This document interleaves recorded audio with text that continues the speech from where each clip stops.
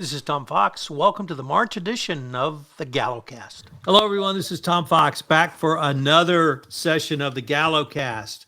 Who's on the GalloCast? Well, of course, it's the Gallo brothers, Nick Gallo and Gio Gallo. Gents, welcome back. Best part of my month is coming on this and chatting with you. Well, hopefully our audience feels the same way. So, as usual, we had a heck of a month in terms of compliance, ethics, and culture. So, how about Silicon Valley Bank? What's that? What was that? What was that? It was a small regional bank somewhere. I can't remember. Yeah. I'm not sure where to start. First of all, the quickest, greatest failure ever. $200 billion in assets wiped out in 24 hours. Then media step in by the Fed for a backstop and for insured depositors up to 250. And then they turned out they're going to insure all depositors as well. Then it turns out that maybe a few other things were going on, as we found out this week. There were several senior executives who sold shares of stock at the $200 figure shortly before the bank's collapse. Like within hours, like it was maybe not even several days.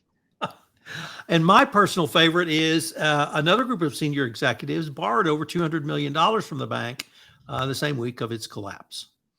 So maybe this is just old-fashioned accounting fraud, or at least insider trading. But the GalloCast looks at it from all angles. So which one of you guys wants to start? I'll start. So many interesting things to talk about with Silicon Valley Bank. I think the way I look at all of this is probably the tip of the iceberg. This is not like an isolated event. Whenever Jerome Powell starts pulling his nose like he's been blowing cocaine, that's his tell for when he's lying. That's his tell for when he doesn't believe what he's actually saying. Look, there's 2 years ago.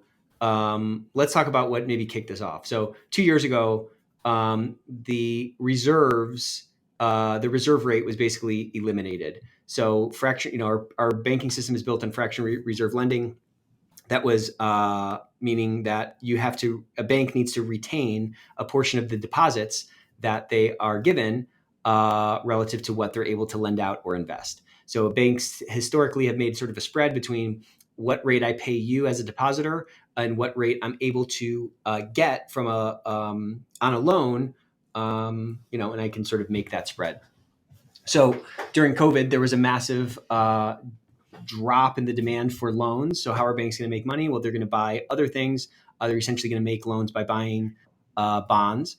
And so they bought a bunch of bonds there was a ton of deposits that poured in from a depositor group that was, which I'll get to in a second. A bunch of those deposits poured in. Those were then invested in bonds that in a yield chasing scenario, because yields were so low, right? Interest rates have been wildly low for a really long time. A bunch of those bonds were purchased, and then the Fed, due to all the inflation fears, the Fed starts raising the rates at a remarkable rate over the last 2 years or so.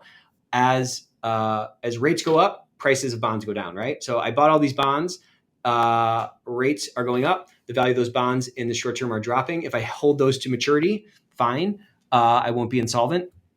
But when people start demanding their deposits back, I want my money out of the bank. I then have to get them that money. Well, the only way I can get that money is to sell the assets that money is tied up in, which are now at drastically reduced prices because interest rates have sort of skyrocketed as the Fed has tried to slow down the economy. So if you think Silicon Valley Bank is the only one who's done this, absolutely that's not true, right? Everyone was doing the same yield chasing, which is what drove up the stock market, which what drove up everyone to make those sort of compromises in terms of from a risk standpoint or from a duration balancing perspective to buy these other things. So I think if they can contain it, then great. But one interesting thing that all the other banks maybe don't have to the same degree is the consistency or the composition of the depositor base at Silicon Valley Bank. It was a bunch of different companies, but they were all these kind of like risk on, as I would call them, companies, kind of crypto startup kind of companies that are largely affected by the sort of changing sentiment around like how cool it is to be unprofitable. So like they all kind of move together. So when you hear all these tech companies that are startups that are burning cash that wanted to go public, well, since the market started to crater, they haven't been able to go public, and now you're seeing all these layoffs because now they have to get back to profitability. That novel thing, investing called profitability.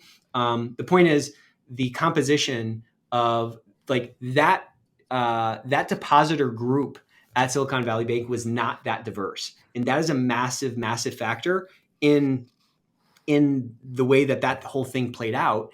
And just like all those VC guys, they're all buddies. They all buy their Patagonia jackets at the same place, and so like they all, they're all in the same area, and so that kind of kicked off this really interesting, turn of events that left them, SOL. Nick, usually it's your older brother who's a little passionate about these things. That's as passionate as I've heard you about a business issue. So Gio, is your little brother just running amok, or is he onto something here? So Nick is welcome to run amok. And, I've always said that if you get a CPA talking about risk and reward, you're going to get a lot of passion. So, Nick's the older brother. So, I'm kind of riding his coattails around, and, I like, that was a great overview.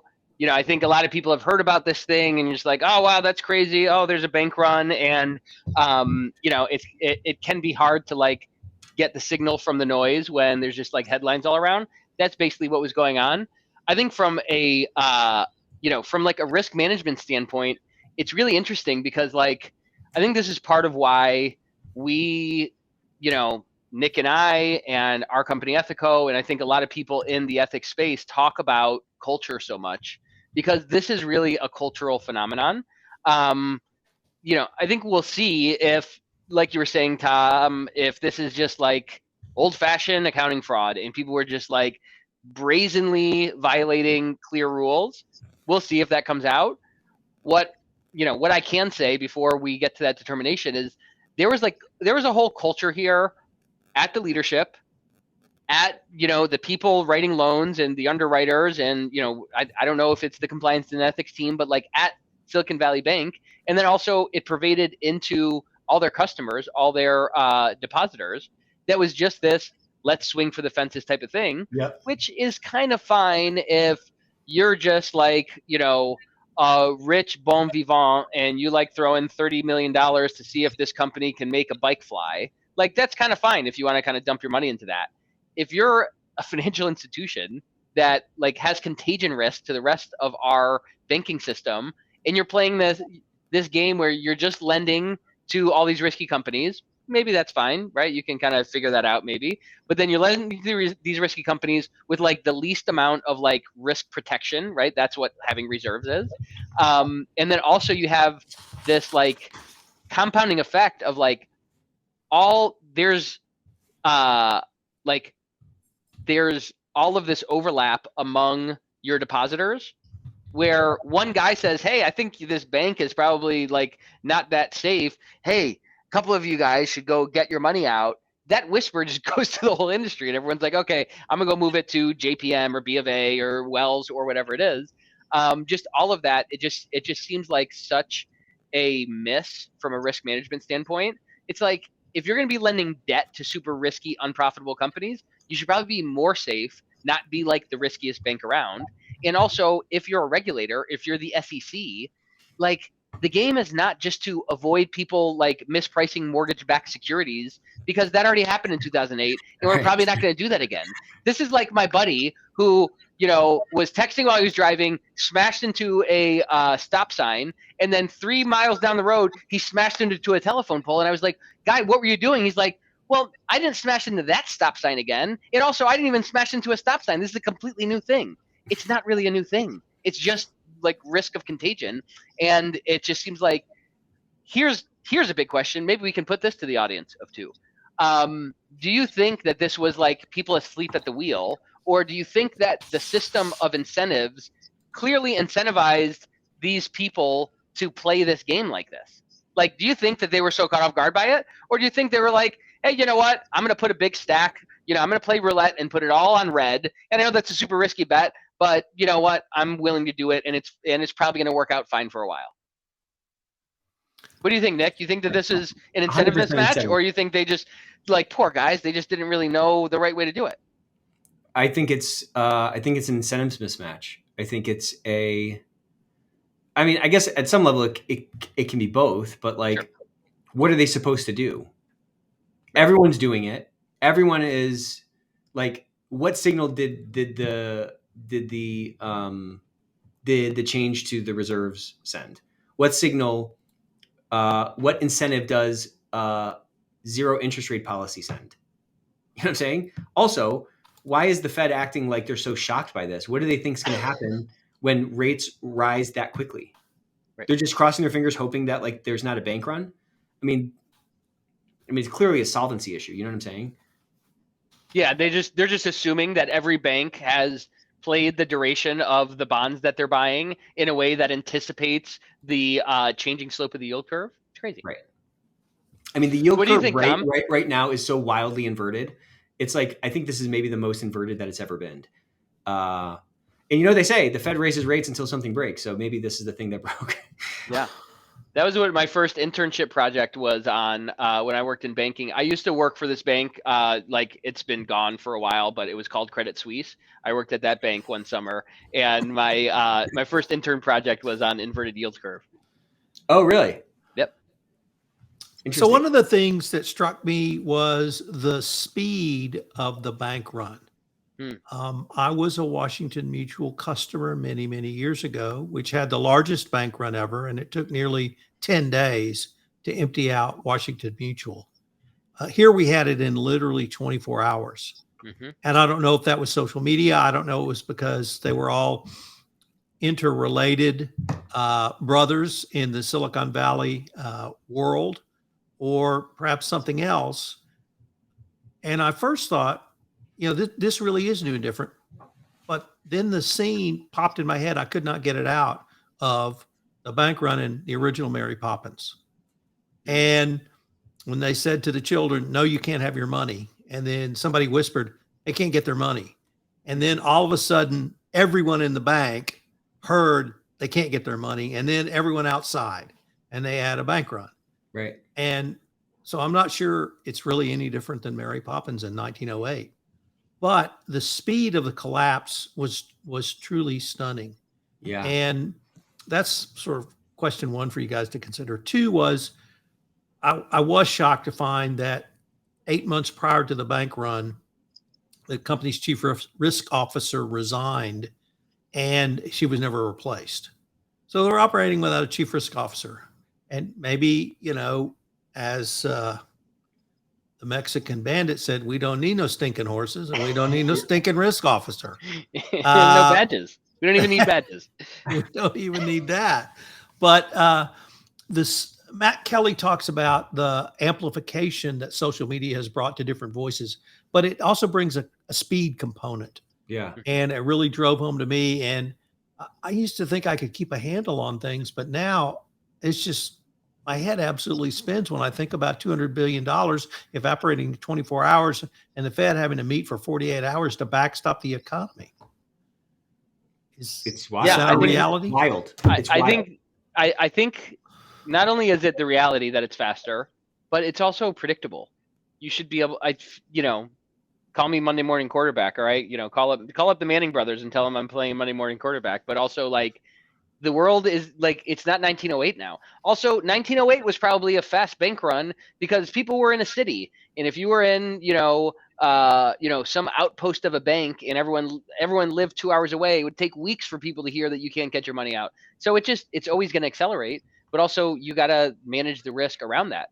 And, I think that, a piece of this, at least one angle on the speed is that like the flow of information and the flow of money are both faster. So maybe those compound, right? Like You don't have to wait for someone to send an email to a bunch of people or get on a couple calls and talk to people. They tweet about it and millions of people see it. So the information flows faster. And also it's a lot faster to just like transfer that money and pull it out. And, you know, there's a lot of like interconnectedness that people could pull that money quickly. They didn't have to walk down to the bank and ask for it at the teller booth. But also that's the world that we live in.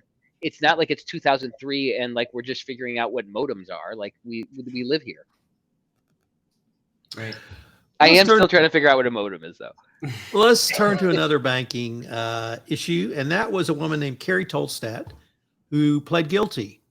Carrie Tolstadt was the head of Wells Fargo Community Banking, and generally credited with developing the 8 is great false accounting scandal at Wells Fargo. And I introduced that because I had dinner or lunch yesterday with a former banker from Wells Fargo, and we were, of course, talking about some of their woes.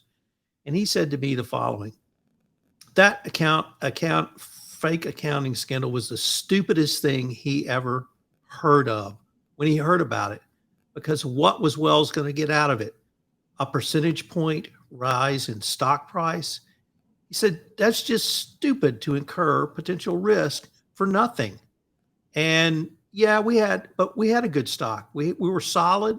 We had weathered '08. We didn't need to cheat. And we were just cheating for gravy. It wasn't like we were cheating to save our company. And so I found that really interesting. What did you guys think of all of that? So I think, that's an interesting perspective on it. And it might just kind of speak to how like a whisper from the top can be like a yell down below. I'm sure that CEO or that executive team's, stock options definitely played into that drive. And just like the cascading effect, or like how that sort of, that desire can be amplified across the organization. And if that becomes the rallying cry and that's what people are solving for, everybody's not doing a capital asset pricing model on like what me selling this one extra, account is going to translate into the stock price. They know that they are, again, back to incentives. They know that their bonus is tied to how many accounts they open. And that, trickles up to this broader, objective of key result of the CEO's, stock options sort of vesting or whatever was in play in that at that time. But to your point, like in retrospect, that's nuts. That's nuts that they took on that much risk for something that really wasn't a needle mover in any way you want to cut it from a company-wide standpoint, Yeah, I think the interesting thing is, so I think, it's probably a valid point. I'd probably agree with it that it's not a good risk reward trade-off to do something like this, right? The damage has been far greater than whatever gain they did actually get or could have got if they like quote got away with it. But I think that there's a different dynamic at play here than someone making a poor risk reward trade-off. And it really gets to an issue of leadership, and it's kind of tied to what Nick was saying, but like, I don't imagine that someone ran a model and said, hey, why don't we push people to do this, and we'll open a bunch of fake bank accounts, and it's going to help our stock about 1%, and we might have a risk of this type of penalties and ruining our name. Someone didn't do that. It actually happened in a way where someone was pushing for something. And I think the foolish thing was the leadership, and like Wells has had like a lot of leadership turnover. So let's just kind of call it the Royal L leadership. But leadership allowing the company and the culture to exist in a way where not just one person, but thousands of people would be okay with this is really the foolish thing. Yeah. Allowing yourself to send out a message and not like say, hey, just so you know, I was talking about this and not this, not like making sure you're rooting it out, not making sure that people understand that when we say, let's hit our growth goals, we're not saying at all costs, no matter what you need to do. There's that type of stuff that like, if you're an executive, certainly if you're like a sales leader, you need to understand that like there is this moral hazard at play where individuals, right? This is just like Silicon Valley Bank. Individuals can make a bet within their own sphere of influence that not only makes sense for them, even though it's bad for everybody else, but also without even understanding the broader game. And it's your job, if you manage 5 or you have 50,000 people in your downline, it's your job to make sure that that kind of stuff is going well, because that's, I think, the real thing that gets messed up is not that someone said, hey guys, here's a new strategy. I think it's worth the trade-off. We might ruin our reputation, but let's do it. It does, it's a death by 1,000 cuts or whatever, but allowing your company to elevate this thing in their mind of, getting some more growth in accounts or whatever it is above whatever, our mission or our values or our integrity or our reputation or whatever it is, letting them confuse which is more important, I think is the real tragedy there, because there's always going to be this stuff. I asked the question about like incentives with Silicon Valley Bank. Listen, those like the executives there, they have a bunch of money. Okay, they made millions and hundreds of millions of dollars, and I haven't asked them, but I imagine they're like, they don't like how it ended, but they like how it was going for a while, and they have the money and they took the risk, and now that risk is, the Fed's bailing people out and we all have to deal with the banking, the threat to banking and stuff like that. There are always going to be these micro spots of moral hazard where someone either unwittingly or willingly is going to put unnecessary risk on your organization and on your culture. And it's our job as leaders to not just be getting people excited and getting them engaged. It's not just to build a big picture and paint a big vision. It's to make sure that our team can get through the storm, can climb the mountain, and can preserve the things that are most important to us. Now, if what's most important is just making short-term profits and let's see what we can get done in this quarter, and then we'll, who cares what happens next quarter? Well, then you got to know that this kind of stuff's probably going to happen. This first quarter of 2023 has had as many announcements from the Department of Justice as I can remember in one quarter. It started in January with the changes to the corporate enforcement policy, giving more credit for earlier self-disclosure and more extraordinary cooperation. That's more than regular extraordinary cooperation. And number two, or rather next, we had 2 speeches by Deputy Attorney General Lisa Monaco and Kenneth Polite announcing changes in the corporate or Evaluation of Corporate Compliance Programs, ECCP. The ECCP focuses on compliance programs, as its title suggests. And there we had some specificity around clawbacks, which we've talked about. We had a new section on, and within clawbacks, it was called consequence management. A new requirement that compliance professionals perform an in-depth analysis of salary and promotion around compliance incentives, which was new. Information around who was evaluating corporate investigators for pay or other remuneration, as well as information on ephemeral messaging, WhatsApp, and the like. You guys, I wanted to maybe start with you, Gio. You talk as passionately about incentives as anyone I know. But I'd like to ask you about non-financial incentives, promotions, and tying people's conduct to whether or not they are an ethical fit for moving up, for instance, into senior management. And how do you see the department evaluating that? Is it an appropriate evaluation, or should we be doing something else? I actually like this one, Tom. I think I've railed against this a bunch of times, so I'm just going to take a different stance. But I think there's something about the non-financial piece that feels maybe, it's not just that it's more subjective. It just feels like it's more tied to this thing that, like, it kind of feels like if I pay you for doing the right thing, that's very transactional and you can take that money and go somewhere else. If I give you a promotion or put you into a place of leadership because you embody a bunch of these things that we're not going to just write down in an 85-point bullet point policy, but you embody the integrity and the values of our organization, and we're gonna help you be more of an influence on more people. I like that trade-off. I feel like that might balance things more over time than just the one-off pay and clawback and stuff like that. I think there's something about the spirit of it that, like, it feels to kind of match the like relative lack of objectivity, right? It's kind of hard to say, hey, that vendor that you didn't hire last quarter, that's worth $23,000 to us, so here's a bonus. Or that thing that you did bad, we're going to take 12 grand back from you. I feel like it's hard to like nail that down. I feel like saying, hey, you're the type of person that we believe in and that is living these things out, and we're going to elevate you to, and you know, like this doesn't have to just be formal authority, right? This can be, we recognize you, or we're going to have you be part of this committee, or whatever it is. I think those types of things have a much better chance. Maybe this is part of why I like it. They have a much better chance to kind of like multiply and compound over time, because as you do that, that person who is more of the right type of person is going to have more influence in the organization, not just be a richer or poorer person because of the compliance incentives. Nick? Yeah, I always look at this kind of from a persuasion lens.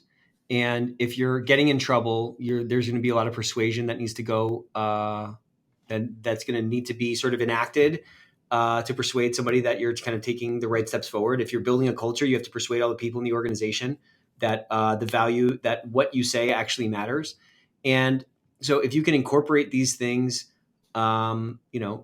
into those promotions and make that a pillar of what is what's considered for promotion, and people believe it, well, then that's going to have that sort of self-reinforcing benefit that we're trying to get at. If it's just, lip service, or if it's just, window dressing or whatever, then we're probably going to be in the same place that we're at now, because to some degree, no one's like, everybody already kind of pushes up against the notion that, people get different rules. Everybody wants to be a high integrity company. Everybody, says that in their job ads and all that kind of stuff. So, obviously there's all these exceptions, and we wouldn't be talking about this if there weren't.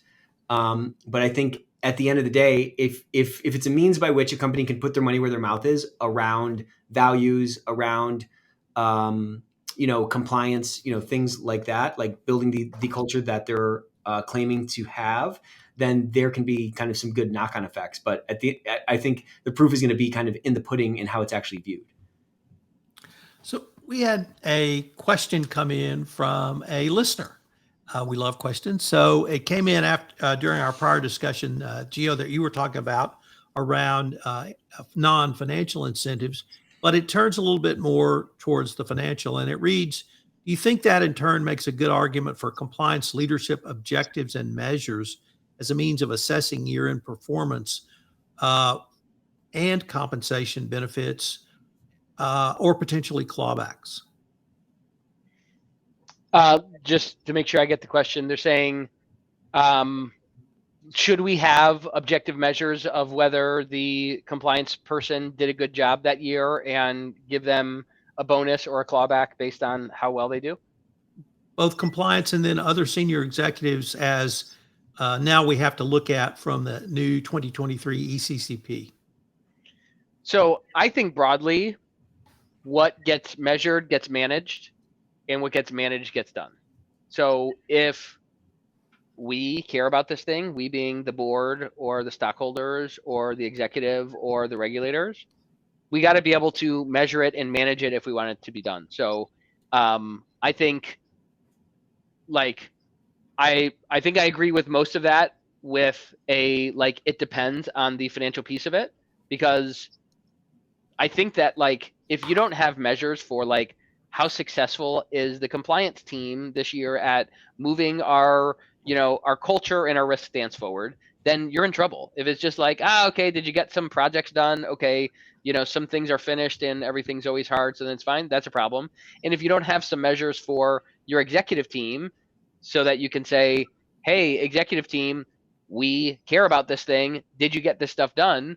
Then you have a problem. I think there's a follow-on question of should your evaluation of that be just table stakes where they have to do good enough to keep their job, or should it be kind of part of a basket of things that they get evaluated on that will impact their raise and bonus and promotion or whatever? Or I think I object more and more to it when you start boxing it off and saying this $217,000 clawback is tied to this specific action. I think that there are a lot of problems with that. But broadly, you should be able to measure this stuff. You should be setting goals up around it, and you should have some tie to evaluation that ties to something that people care about, promotion, compensation, something like that. I think it absolutely has to be in the mix.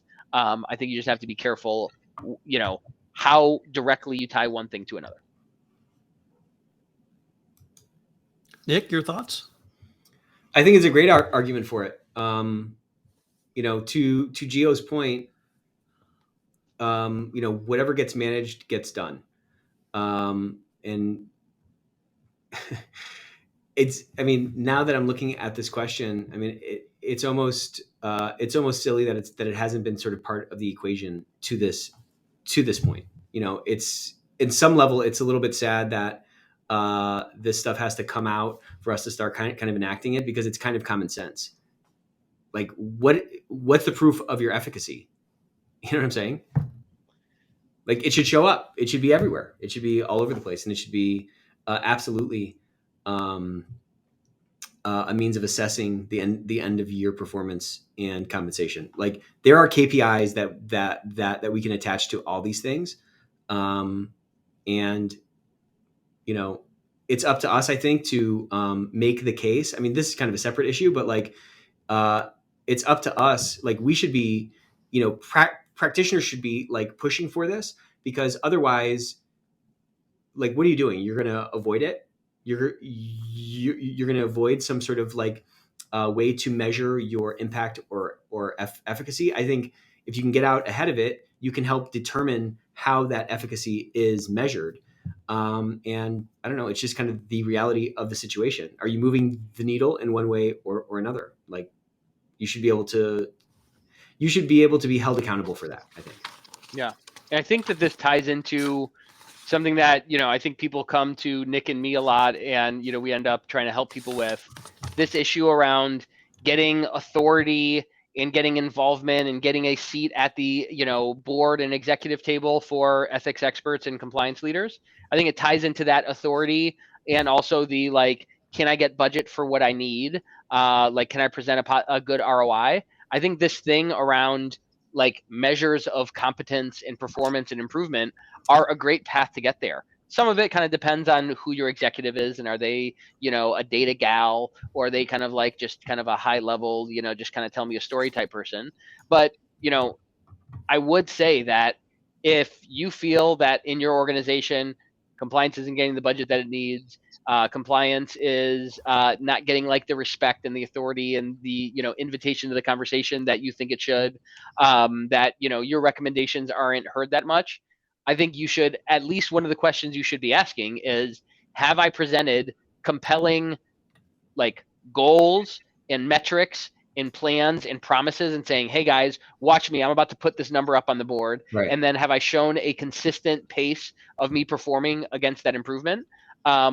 If you're not, that might be one of the reasons why it's kind of, you can say it's nefarious and these people just don't get it, but it might be that they don't have a handle on it. And it just kind of feels like, someone can measure, what's the uptime on the servers, or how fast do our pages load, or how many people on the sales team hit quota, or, what's our ads, what's our return on ad spend, or whatever it is. They can measure that in a bunch of the other divisions. If you're not handing that to your manager, to your executive, and saying, hey, here's, right, here are my 3 OKRs for the year, or here are the 5 things that we should measure, and I should be able to move improvement on a bunch of these fronts, and anything that goes down, I should have a good explanation for it. If you don't have that in place, that might be either a reason, that thing that's holding you back, or it might also be something that can be your path to getting that engagement, and someone's light bulbs turning on and their eyes widening and be like, oh, really? Now I know what you're talking about. Let's go get that.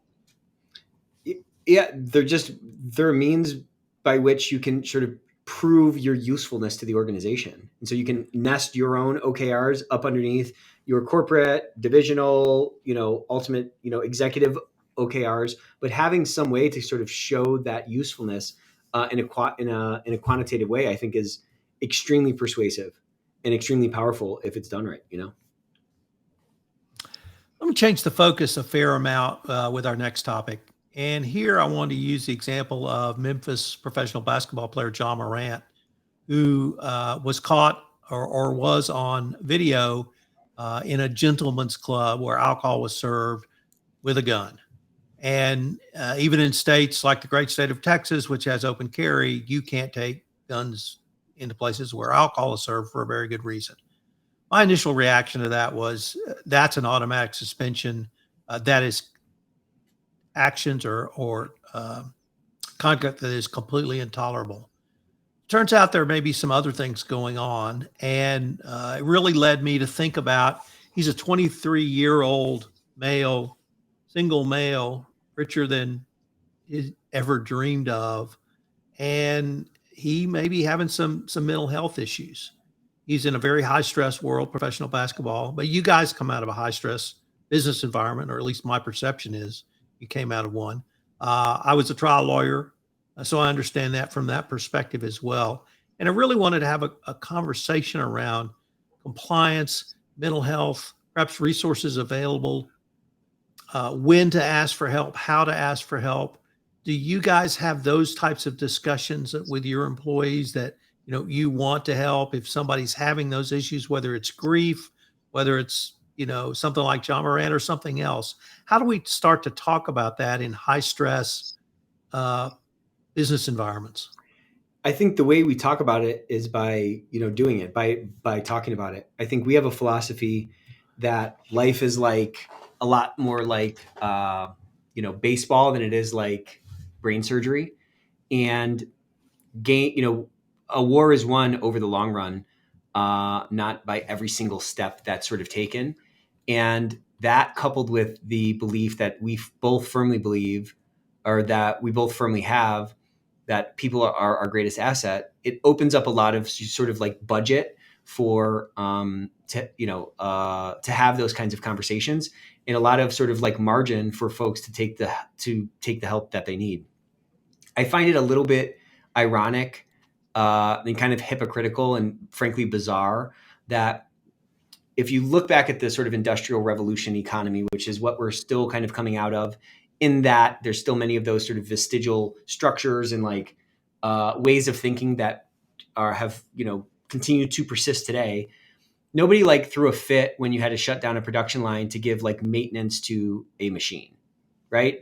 That's of course every machine needs maintenance. This is our greatest asset. Well, now we're in the now we're in the knowledge work economy, where we are our work, where our greatest asset is our people. Well, people need sort of maintenance as well. And this high stress thing, which has become a sort of foundational element in this American, workplace experience, it's almost become like this defining characteristic. If you're not stressed, you're not working hard. I fall victim to it myself. I mean, based on where I've come from and just kind of the natural tendencies that I have, it makes it important for leaders to like carve out that time and remind people that like we're playing a long run here, and there's very few things that you're actually going to mess up by taking a day and so forth. Obviously, we're in a for-profit business. Obviously, we want to broaden our impact. And in order to do that and sort of achieve our mission, we have to work hard and we have to win. But there's also a lot of ways to win that don't involve you just like redlining everything all the time. So I think it's incumbent upon leaders to make that space for those kinds of conversations, and also be in tuned enough with their machines, quote unquote, the people in their organization, to see what's going on with them. Like somebody could be going through something. They could be going through something personal or something health related that they don't feel safe enough to like bring out in the workplace. Well, that's on you as a leader to like create that space and create that time to have those kinds of conversations. And I think, look, I don't know what that guy's life is like. I'm sure it's extremely high pressure, and it all can fall apart at any time. But it's at least a picture of the types of stress that I think a lot of us feel. I mean, look, no one's life is easy, right? Like no one gets to the end of life and laying on their deathbed and like that was a breeze. No one says that. Life is really hard for everybody. So I'm just saying that it's on us as leaders to carve out those spaces in our organizations and in our workplaces, and view these kinds of issues less as a weakness and more as like this is natural sort of maintenance, repairs and maintenance type expense, if you want to get really kind of technical about it, that we would have in any other economy type. Yeah, it's well said, Nick. I don't know what his life is like. I think it's great, Tom, that you're asking this question. And, I think plenty of people are quick to jump on him and say, oh, well, he should know better, or shame on him, or he's a bad example, or whatever it is. But, I've always said that I can't understand somebody else until I walk a mile in their Nikes, and I can't know what it's like for him to do that. But I think we as leaders should also know that, like, there are a bunch of people in our organization who are going through things, right? It's just something called life. And if it's not happening to them, it's their family or their friends or, dreams that they have or whatever it is. And we're in this place, we can have a whole other session about who's to blame for this, but we're in this place where people don't have a lot of like social safety net around them. And I'm not talking about Medicaid. I'm talking about like a community that they can go to that like supports them in hard times. I think we've talked in prior episodes of the show about how like faith in like pillar institutions in our society, like certainly in the US and North America, like those have fallen for, government and, like involvement in social organizations and faith, belief in religion and all of that stuff. And in a lot of ways, like, the workplace is one of like the last standing places where people think, okay, maybe I'll be treated fair here, or maybe this, at least maybe this one isn't run by a bunch of charlatans. So whether you like it or not, there are people who are coming to work at your organization who are going through trouble. And we could talk about how, hey, you just should do it because it's good for the bottom line. I think there's plenty of conversation to be had around, letting your, your human resources have time for maintenance, and downtime is good for the bottom line and helps engagement and retention and stuff like that. That's fine. We can also just say, hey, there's just an opportunity here to be a blessing to someone else's life.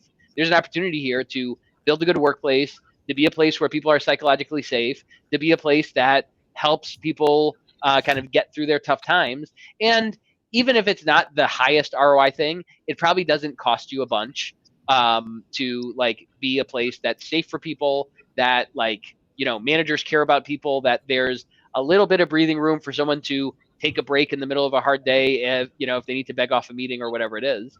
And I think that more, I think a lot of the generation that's rising into leadership kind of gets this intrinsically. And I think a lot of the people who are in leadership now have heard it enough that I think some of them are waking up. There's like some adoption curve going toward this kind of understanding of the importance of the workplace being a safe place that like serves the whole person. It's kind of how Nick and I, see our job as our calling and the workplace that we're building and what we're trying to do.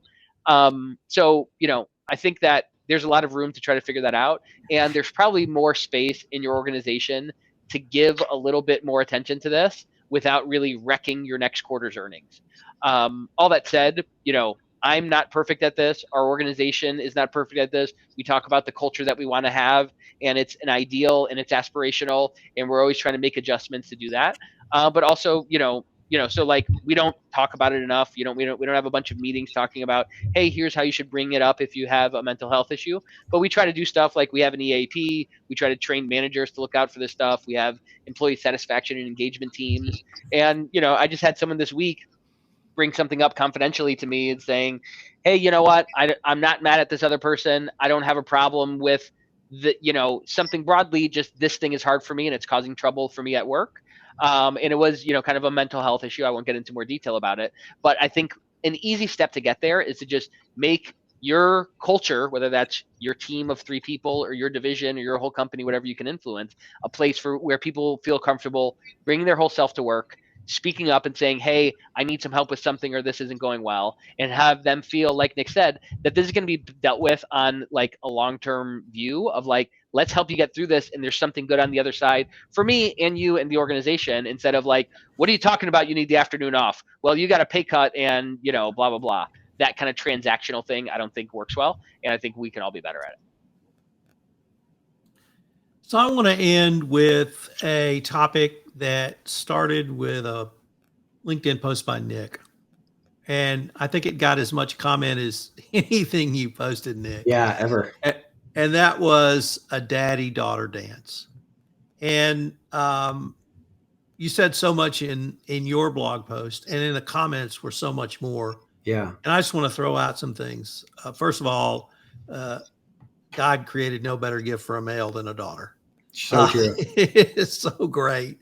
Up until about the age 7, because up until then they think you're God and your job is to let them. So, then they may change. But the daddy-daughter dance is so important, not just for the daughter, but for the parent.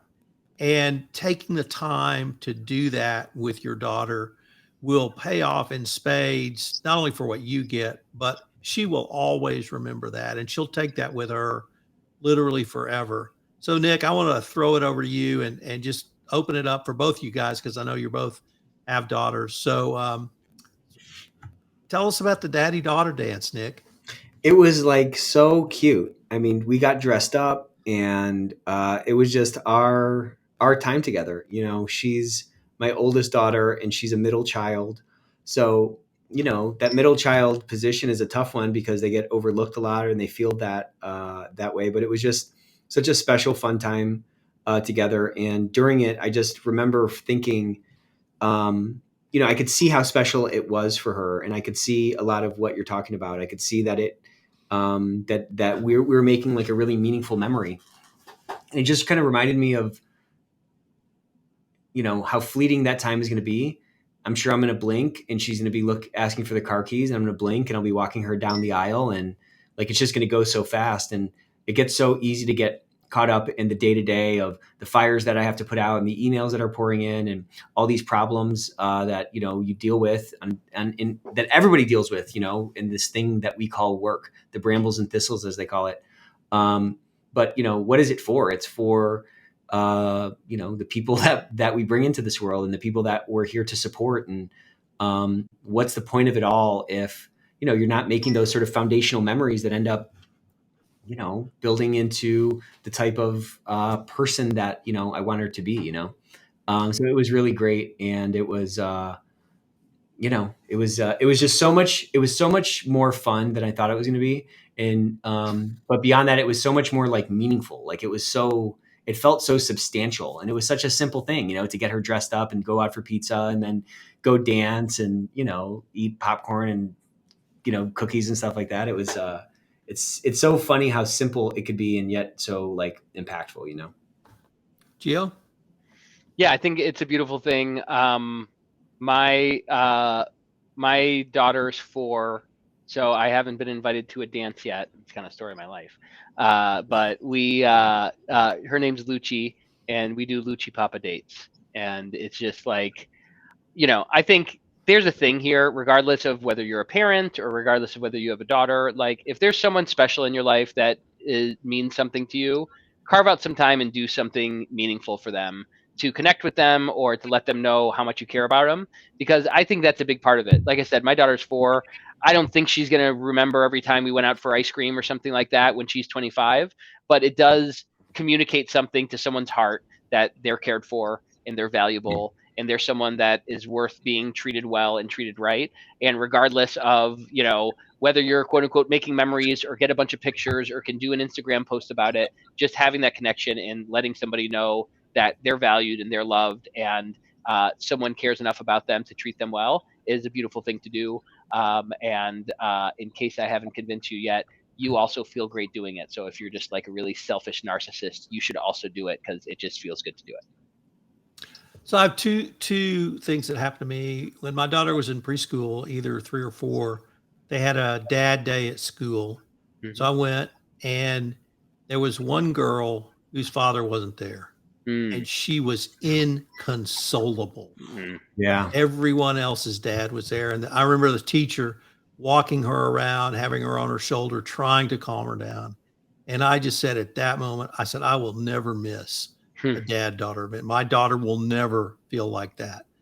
Brutal. The second was when my daughter was 7 or 8, we were going to see a ballet. We're at the will call line to get tickets. There was 2 couples in front and behind us. And I said to my daughter, I said, honey, what's your favorite daddy-daughter date? And she looked at me without missing a beat. And she said, Dad, they're all my favorite.